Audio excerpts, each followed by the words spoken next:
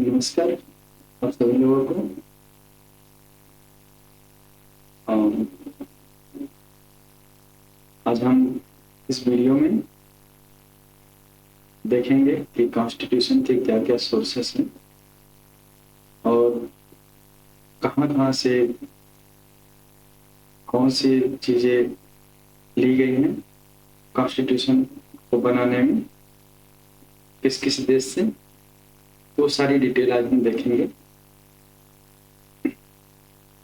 उसके पहले हम कॉन्स्टिट्यूशन को थोड़ा सा समझ लेते हैं कि ये कब अडॉप्ट किया जाता है और कब लागू किया जाता है। तो इसको 26 नवंबर 1949 को संविधान सभा इसको एडॉप्ट करती है, यानी कि स्वीकार करती है और इसको अपने ही ऊपर लागू करती है और इसको 26 जनवरी 1950 को पूरे देश में लागू कर दिया जाता है। तो इस वीडियो में हम लोग इसके सोर्स देखेंगे कि क्या क्या है और कहाँ से क्या चीज लिया गया है। तो अगर हम इसके सोर्स की बात करते हैं तो इसका पहला सोर्स है government of India act 1935। Government of India act 1935 बहुत ही हेल्पफुल और बहुत ही इम्पोर्टेंट साबित हुआ ये कॉन्स्टिट्यूशन को बनाने में, क्योंकि ये जो एक्ट है ब्रिटिश पार्लियामेंट ने इसको 1935 में पास किया था। अब ब्रिटिश उसमें आजादी से पहले जो था ब्रिटिश इंडिया था अपना देश, तो उसमें इसको लागू किया जाता है और उस टाइम पर अपने इसको लागू होने के बाद देश लोग अपने प्रांतों में सरकार भी बनाते हैं। 7 प्रांतों में बनाए थे, वहां पर लोग अपनी सरकार भी चला रहे थे। तो ये जो एक्ट था एक ब्रिटिश पार्लियामेंट के द्वारा बनाया हुआ एक तरह से कह सकते हैं संविधान ही था। इसके अंदर पूरी जो स्ट्रक्चर्स है कॉन्स्टिट्यूशन की तरह ही सारे दिए हुए हैं। तो ये पहला सोर्स तो कॉन्स्टिट्यूशन का ये गवर्नमेंट ऑफ इंडिया एक्ट 1935 है। दूसरा जो सोर्स है ये ब्रिटिश कॉन्स्टिट्यूशन है, ये भी बहुत इंपॉर्टेंट है। अभी हम लोग देखेंगे इसकी पूरी पार्लियामेंट्री सिस्टम वगैरह जो है यहीं से लिया गया है। तीसरा है यूनाइटेड स्टेट, मतलब इस समय जिसको यूएस कहते हैं, यूएस कॉन्स्टिट्यूशन से लिया गया है कुछ चीज, जैसे फंडामेंटल राइट्स वगैरह हो गए। अब ये है ईरिश का कॉन्स्टिट्यूशन, जिसे हम बात करते हैं कि directive principle of state policy, ये ईरिश के कॉन्स्टिट्यूशन से लिया गया है। और भी चीजें ली गई हैं जो भी देखेंगे। कनाडा का कॉन्स्टिट्यूशन है जिससे फेडरल सिस्टम पूरा लिया गया है इसका, तो ये भी है। और जब हम कंकरेंट लिस्ट की बात करते हैं तो ये है ऑस्ट्रेलियन कॉन्स्टिट्यूशन, इससे लिया गया है। इमरजेंसी की जब बात होती है तो ये जर्मनी आता है, जर्मनी से लिया गया है। फंडामेंटल ड्यूटी ये यूएसएसआर से लिया गया है। पहले इसको हम सोवियत संघ के नाम से जानते थे, अब तो इसे हम लोग रसिया कहते हैं। जब हम संविधान संशोधन की बात करते हैं तो जो उसका आर्टिकल है 368, संविधान संशोधन की जो विधि है ये साउथ अफ्रीका के कॉन्स्टिट्यूशन से लिया गया है। और ये जो है जापान का कॉन्स्टिट्यूशन, इससे लिया इससे भी लिया गया है प्रोसीजर स्टेब्लिश बाय लॉ। और ये जो आखिरी है यह फ्रेंच कॉन्स्टिट्यूशन। इस सब को हम डिटेल में देखेंगे। टोटल जो है 11 सोर्सेस हैं कॉन्स्टिट्यूशन के, ये हम देखते हैं। जैसे कि अगर हम पहले की बात करते हैं, जैसे गवर्नमेंट ऑफ इंडिया एक्ट 1935, इसमें हम देखते हैं कि जो फेडरल सिस्टम है, federal scheme, office of governor, न्यायपालिका, पब्लिक सर्विस कमीशन और इमरजेंसी का जो प्रावधान है,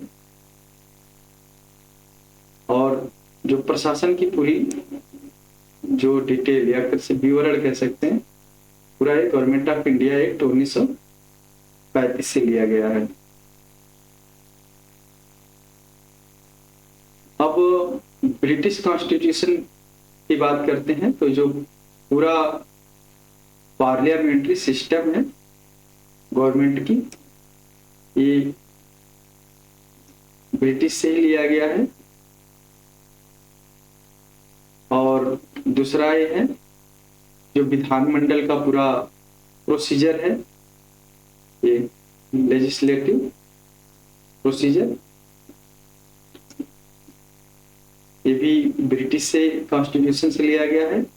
नागरिकता जो अपने यहाँ क्या चलती है, एकल नागरिकता चलती है, दोहरी नागरिकता नहीं होती है, जैसे ड्यूअल सिटीजनशिप कहते हैं, वो नहीं चलता है। तो यह अपने यहाँ सिंगल सिटीजनशिप चलता है, तो ये भी इन्हीं से लिया गया है। पूरा मंत्रिमंडल जो है, कैबिनेट सिस्टम। जब हम फंडामेंटल राइट्स पढ़ते हैं तो उसमें जब आप आर्टिकल 32 पढ़ते हैं तो उसमें 5 रीड से दिए हुए हैं। ये ब्रिटिश कॉन्स्टिट्यूशन से लिया गया है। बाकी जो प्रिविलेज है पार्लियामेंट्री, उसका जो पूरा कॉन्सेप्ट है, ये भी ब्रिटिश कॉन्स्टिट्यूशन से लिया गया है। तो ये इतने सारे जो हैं ब्रिटिश कॉन्स्टिट्यूशन से लिए गए हैं, या आप ये कह सकते हैं कि यहां से लेकर के यहां तक पूरा इन्हीं का है। अब बात करते हैं हम यूएस कॉन्स्टिट्यूशन की। तो जो अमेरिका का संविधान है उससे जो लिया गया है, मौलिक अधिकार लिया गया है, जिसे फंडामेंटल राइट कहते हैं। जो 12 से 35 के बीच में जो आर्टिकल्स हैं वो फंडामेंटल राइट से राइट के आर्टिकल हैं। तो ये जो फंडामेंटल राइट्स है, ये अमेरिका के कॉन्स्टिट्यूशन से लिया गया है, जिसे हम कहते हैं स्वतंत्र न्यायपालिका का जो कॉन्सेप्ट है। और प्रेसिडेंट को हटाने की विधि, हाई कोर्ट और सुप्रीम कोर्ट के जजों को हटाने की विधि, और जो वाइस प्रेसिडेंट की पोस्ट है, तो ये जो सारी चीजें हैं अमेरिका के कॉन्स्टिट्यूशन से ली गई हैं। अब इसके जो अगला सोर्स है वो हम देखते हैं, ये है इरिश कॉन्स्टिट्यूशन। इसमें हम लोग इरिश को आयरलैंड के नाम से जानते हैं। तो यहाँ से पहला जो सबसे इम्पोर्टेंट है, directive principle of state policy, जो ज्यादातर पेपर में पूछा जाता है कि directive principle of state policy यानी कि राज्य के नीति निदेशक जो तत्व हैं वो कहाँ से लिए गए हैं। तो ये है आयरलैंड का कॉन्स्टिट्यूशन या इरिश कॉन्स्टिट्यूशन कह सकते हैं। जो राज्यसभा में मेंबर नॉमिनेट किए जाते हैं, उसका जो कॉन्सेप्ट है, या एक तरह से कह सकते हैं पूरी जानकारी या विधि, ये सभी चीजें। और जो राष्ट्रपति होते हैं उनका इलेक्शन का पूरा मेथड जो है, ये सभी चीजें जो हैं इरिस कॉन्स्टिट्यूशन से लिया गया है। तो इरिस कॉन्स्टिट्यूशन से क्या लिया गया है? Directive principle of state policy, Rajya Sabha में लोगों का जो नॉमिनेट करते हैं उसकी विधि, और राष्ट्रपति के चुनाव की जो विधि है वो, ये सारी चीजें आयरलैंड के कॉन्स्टिट्यूशन से लिया गया है। अब आता है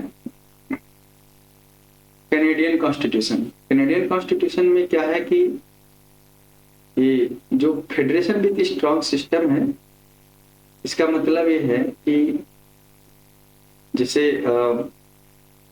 जब हम लोग पढ़ते हैं पहला भाग, तो इसमें क्या कहता है कि जो भारत है राज्यों का संघ, तो इसमें क्या फेडरेशन सिस्टम में कि पावर डिस्ट्रीब्यूशन की बात होती है। जब तो जो सबसे ज्यादा पावर होता है वो क्या होता है? सेंटर के पास, यानी कि केंद्र के पास होता है, as compare to the state, मतलब राज्य की तुलना में जो सबसे ज्यादा पावर होगी वो केंद्र के पास होती है।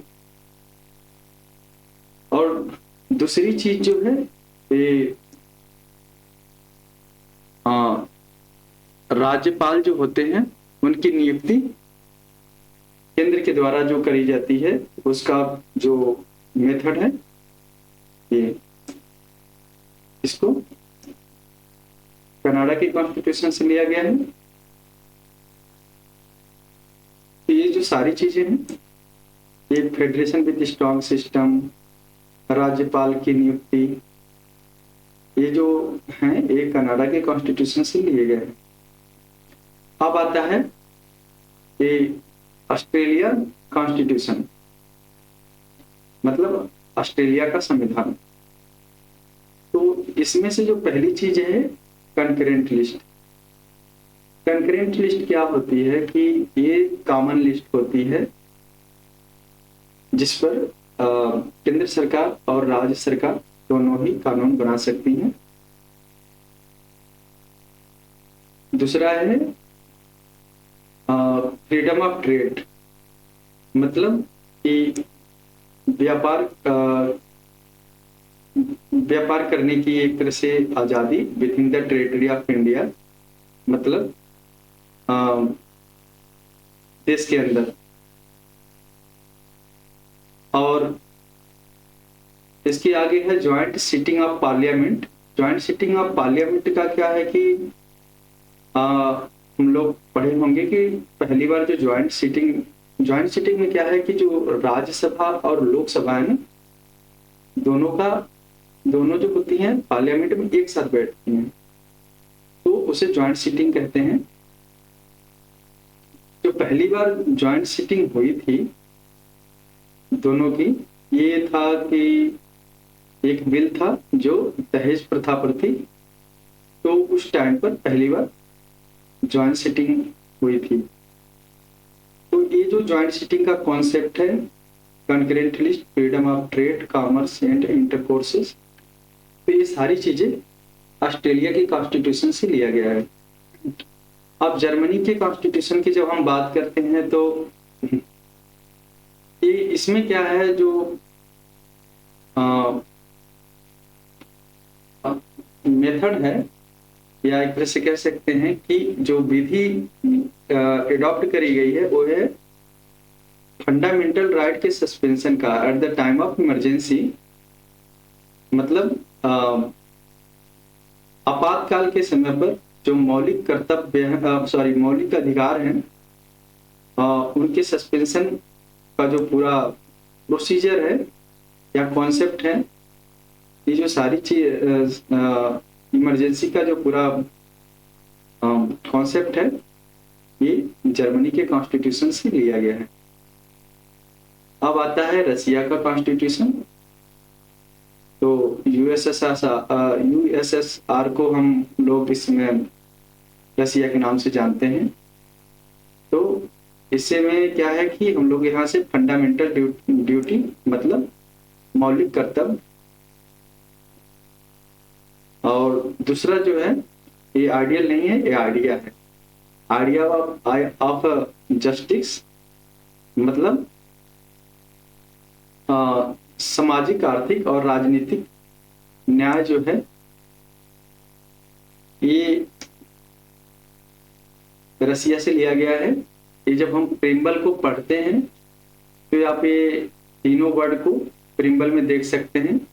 ये प्रिम्बल में है तीनों वर्ड, सामाजिक, आर्थिक और राजनीतिक, मतलब सोशल, इकोनॉमिक एंड पॉलिटिकल जो कॉन्सेप्ट है ये प्रिम्बल में है।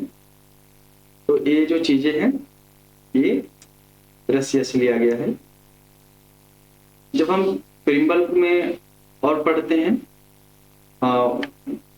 तो उसमें हम पाते हैं कि क्या है कि आइडिया ऑफ लिबर्टी, इक्वालिटी और फ्रेटर्निटी ये भी प्रिम्बल में ही है। तो ये फ्रांस के कॉन्स्टिट्यूशन से लिया गया है। पहले इसको तो हम फ्रेंच पढ़ते थे, अब हम लोग सिर्फ फ्रांस के नाम से जानते हैं। तो यहाँ से लिया गया है। और एक वर्ड है रिपब्लिक, मतलब गणराज्य जिसको कहते हैं हिंदी में। तो ये जो शब्द हैं यहाँ से फ्रेंच कॉन्स्टिट्यूशन से लिए गए हैं। अब जब भी हम बात करते हैं कि संविधान में संशोधन करने की, तो उसकी जो पूरी विधि है ये साउथ अफ्रीका के कॉन्स्टिट्यूशन से लिया गया है। और जो राज्यसभा में मेंबर इलेक्ट किए जाते हैं उसकी विधि जो है, मतलब election of member of Rajya Sabha का जो पूरा विधि है, कॉन्सेप्ट है, सारे साउथ अफ्रीका से लिए गए हैं। जापान के कॉन्स्टिट्यूशन से जो है प्रोसीजर स्टेब्लिश बाय लॉ, मतलब ये है कि अगर कोई काम को किया जाता है, अगर वो प्रोसीजर को फॉलो नहीं करते हैं तो वो जो लॉ है वो वैलिड नहीं रहता है। तो जो इम्पोर्टेंट चीज है कि किसी भी लॉ के लिए प्रोसीजर बहुत इंपॉर्टेंट है। अगर प्रोसीजर को फॉलो करते हैं तभी वो जो लॉ है वो वैलिड होगा, अदरवाइज उसे वैलिड नहीं माना जाएगा। तो प्रोसीजर स्टेब्लिश बाय लॉ जो है ये जापान के कॉन्स्टिट्यूशन से लिया गया है। तो हम ये चीजें देखते हैं कि कॉन्स्टिट्यूशन में जो पूरे क्या है 11 सोर्सेस हैं, हम लोगों ने डिस्कस किया है। अलग अलग देशों से कुछ कुछ चीजें जो हैं इम्पोर्टेंट हैं, जो उनको अपने कॉन्स्टिट्यूशन में जोड़ा गया, जो अपने देश के लिए बेहतर हो सकता था, उन चीजों को कॉन्स्टिट्यूशन असेंबली ने ऐड किया हुआ है। तो ये सोर्सेस हैं और इन चीजों को हम डिटेल में पढ़ेंगे जब हम हर चीज को, जैसे हम जितने पार्ट्स हैं कॉन्स्टिट्यूशन में, जो 25 पार्ट हैं, जब हम 25 पार्ट जो पढ़ेंगे, जैसे फंडामेंटल ड्यूटी है, तो फंडामेंटल ड्यूटी क्या है कि वैसे तो टोटल 11 हैं, लेकिन कॉन्स्टिट्यूशन में केवल 10 मेंशन है। जब हम पढ़ेंगे पूरी डिटेल में तब हम उसको डिस्कस करेंगे। अभी सिर्फ हम सोर्स को देखे हैं कि कौन कौन से हैं, किस जगह से क्या क्या लिया गया है। तो जो इम्पोर्टेंट है कि अभी सबसे ज्यादा जो पूछा जाता है ये है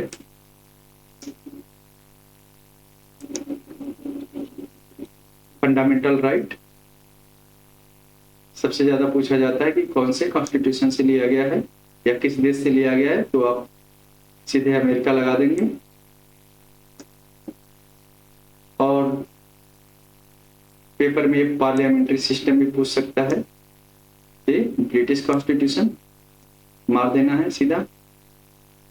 और जो इम्पोर्टेंट है वो है directive principle of state policy, जो सबसे ज्यादा पूछा जाता है।